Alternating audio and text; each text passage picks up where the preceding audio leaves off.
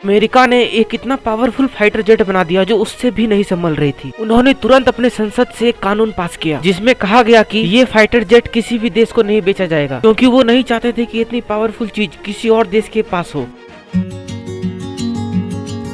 नमस्कार दोस्तों, तो आज हम बात करेंगे ऐसे फाइटर जेट की जो 1997 में बना था, लेकिन आज तक कोई भी फाइटर जेट इसे टक्कर नहीं दे पाया है। यह है दुनिया का सबसे खतरनाक और advance fighter jet F-22 Raptor, एक ऐसा एयरक्राफ्ट जो रेडार को धोखा दे सकता है, आसमान में गायब हो सकता है और अपने शिकार को संभलने तक का मौका नहीं देता। चाइना और रशिया जैसे देश अमेरिका को इस फाइटर जेट के बदले मुंह मांगी कीमत देने को तैयार है, लेकिन अमेरिका इसे किसी को नहीं बेचता। आखिर ऐसा क्या है इस फाइटर जेट में जो दुनिया के बहुत सारे देश इसे खरीदने के लिए पागल है? सबसे पहले ये समझते हैं F-22 का जन्म कैसे हुआ। बात है 1980 के दशक की। अमेरिका के सामने एक खतरनाक चैलेंज था, रूस के नए फाइटर जेट और कोल्ड वॉर का तनाव। उस समय अमेरिका के F-15 और F-16 फाइटर जेट दुनिया के बेस्ट एयरक्राफ्ट थे, लेकिन अमेरिकी वायुसेना को चाहिए था एक ऐसा जेट जो पूरी तरह अदृश्य हो, और उसी समय जन्म होता है F-22 रैप्टर का। लॉकहीड मार्टिन ने एक ऐसा जेट डिजाइन किया जो स्टेल्थ टेक्नोलॉजी से लपेट दिया गया था, मतलब दुश्मन के रेडार पर दिखेगा ही नहीं, और सुपर क्रूज स्पीड जो बिना आफ्टर बर्नर के 2470